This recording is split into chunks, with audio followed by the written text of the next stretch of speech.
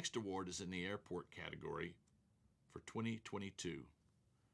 The project was Easterwood Airport taxiway reconstruction in College Station. And the winner was Texas Materials Gulf Coast, supplier Texas Materials Gulf Coast.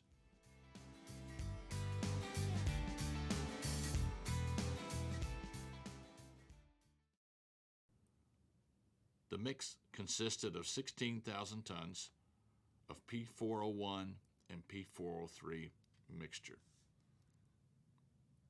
Comments included excellent overall appearance with a smooth, consistent ride, extremely straight, even edges, and smooth, even approaches. Congratulations to Texas Materials Gulf Coast.